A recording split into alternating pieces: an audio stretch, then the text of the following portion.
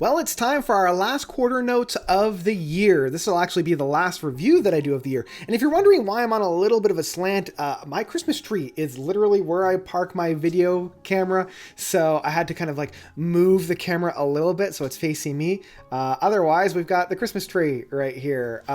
So yeah, I hope you enjoy the view. Quarter notes, these are 4 albums that I've been listening to a little bit. I've kind of been playing a little bit of catch up on some of these albums. These are albums that I had either been aware of throughout the year and I just didn't really get around to talking about them, or like I didn't really have a whole lot to say about them anyway. So figured this will be a really good way to kind of round off the album review cycle of 2021. So let's dive into these guys. Needlepoint, Walking Up That Valley. So this is my first foray into Needlepoint, a crossover progressive rock group from Norway. They were founded in 2010, put out their first album of that year, The Woods Are Not What They Seem, and I've been kind of putting out an album once every 2 or 3 years, and now we come to their 5th full-length album of Walking Up That Valley.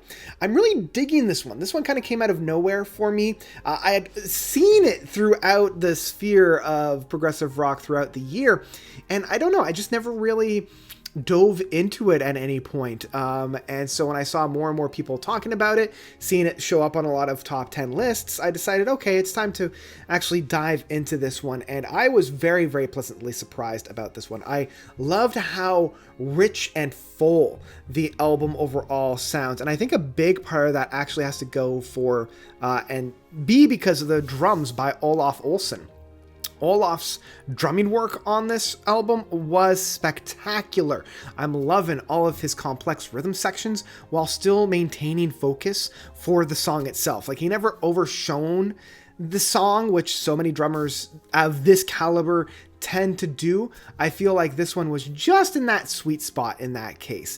But I'm loving the more like psychedelic side of things that this band has. It feels very similar to some of the more somber and softer moments from, say, King Giz, with their albums like Sketches of East Brunswick, or my favorite of Paper Mache Dream Balloon. It has that kind of essence, that minstrel feeling towards it. Like, another band that this really reminds me of is Sid Arthur, that only really put out 3 albums, and I feel like these guys are continuing the trend that Sid Arthur had put down, even though I think these guys were around a little bit before Sid Arthur and are continuing in that vein. So yeah, this is one that I would really highly recommend, especially if you're into more of that like minstrel side of prog. Like, it's not very heavy, it's very atmospheric, and there's a lot of really, really great harmonies in this one. If you're looking more of like that minstrel side of things within the 60s and 70s, I think you'll really get a kick out of this one.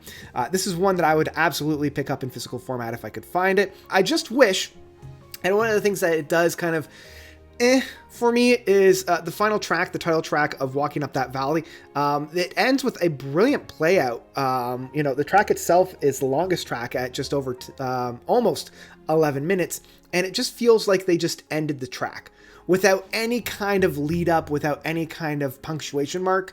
It was just like they were in a jam session and then it got interrupted and then stopped. So a little bit disappointed in that sense, but otherwise a very, very pleasant listen.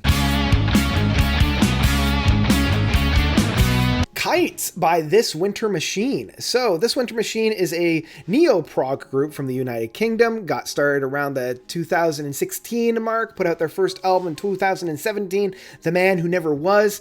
Followed that up in 2019 with a Tower of Clocks, and now we come to the release that they put out this year of Kites.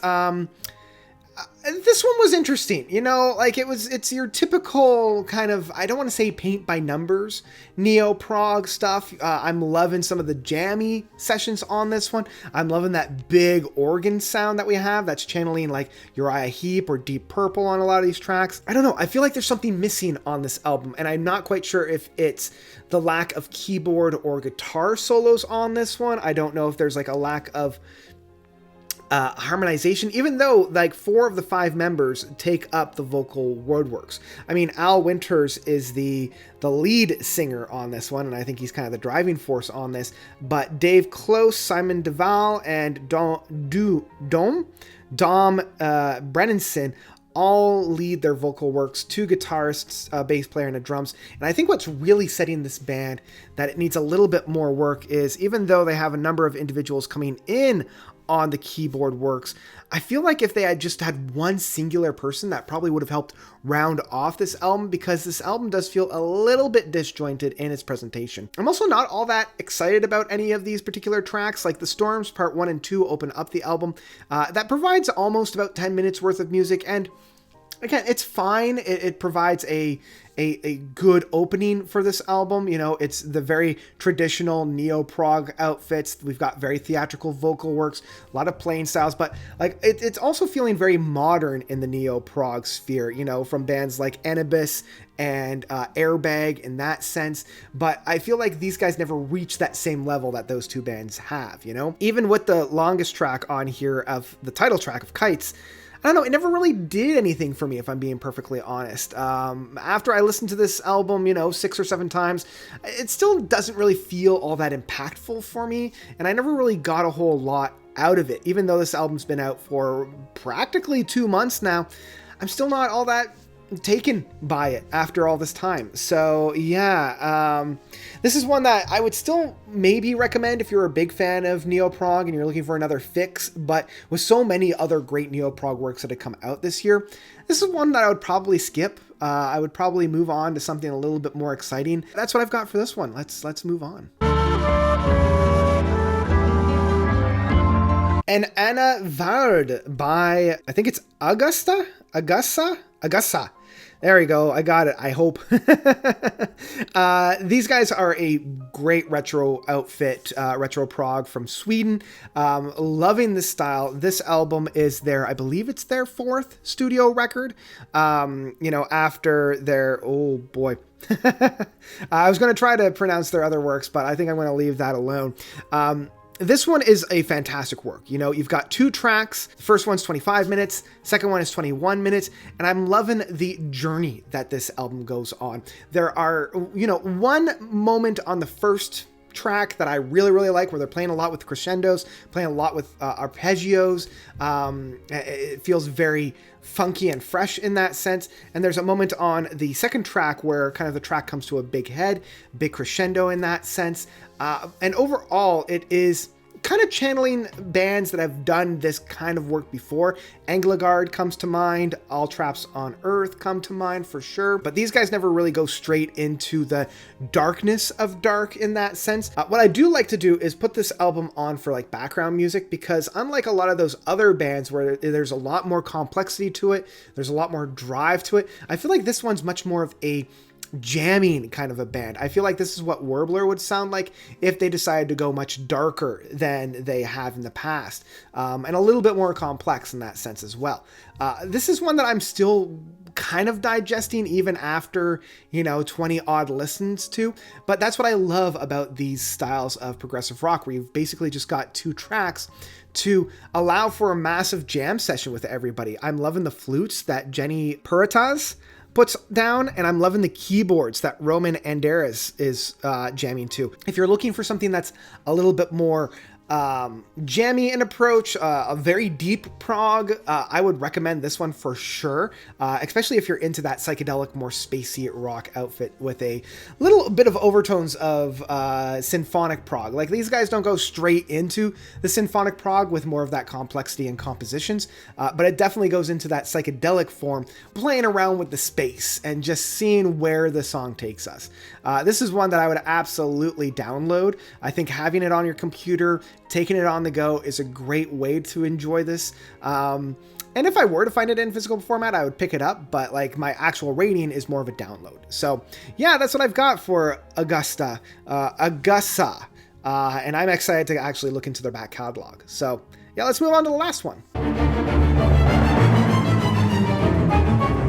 I Dream of Electric Sheep by PFM. So PFM, I always categorize as like a legacy band. These are bands that got their start in the late 60s, early 70s, really broke the mold. And these guys really were one of the forefront runners of the Italian prog outfit. I am not versed well enough in the Italian prog landscapes, and I really wish that I spent a little bit more time with them just to kind of get a good feeling of all that. So this is their 5, 10, 15, 20, 21st studio record. This is kind of coming back to their roots a little bit in that sense. It's much more of a straight up prog outfit, especially from the Italian prog outfit. And what I like is they provide this album both in English and in Italian.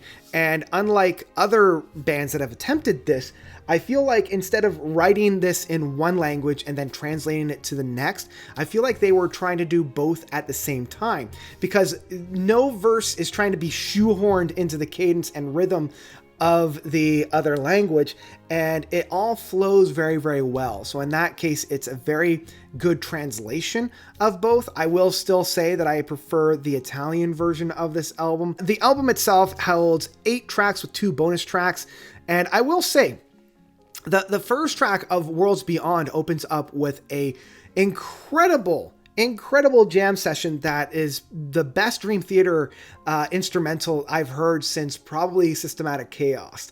These guys really blew down the doors with driving guitar works, meddled with incredible keyboard work. Like, they were channeling both John Petrucci and Jordan Rudess in that explosions of sound that do continue on a little bit with the second track of Adrenaline Oasis, but I feel like by the time we get to Let Go, it starts to dwindle off a little bit, and the midsection and the final points of this album aren't the greatest. I mean, the last track of Daily Heroes is a little bit cringeworthy.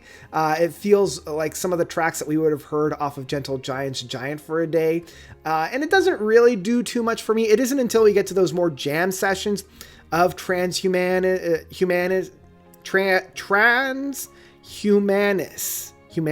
I think that's how you pronounce it, as well as the Transhumanist Jam. The Transhumanist Jam, holy jeez, that is probably one of my favorite works of music this whole year.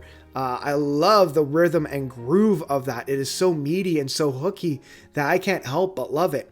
It's just a shame that this album opens and closes with the 2 best pieces of music, and then it doesn't really do a whole lot in the midsection. So yeah, it's a weird one to rate, because like I wouldn't come back to this album just for that beginning and ending section. I would probably just put them on like a mix of songs that I would then listen to later on. So, I mean, in the end, this is still one that is probably good enough to download. Again, I wouldn't pick it up in physical format, and it's more than a stream. You know, I do recommend this, especially if you are a fan of the legacy of PFM.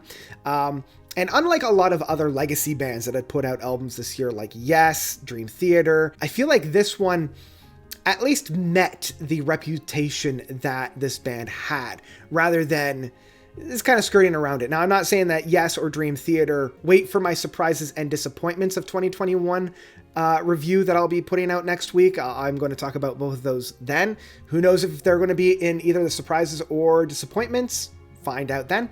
But yeah, this one at least met the same musicianship, and it showed that same promise that PFM had from the 60s and 70s.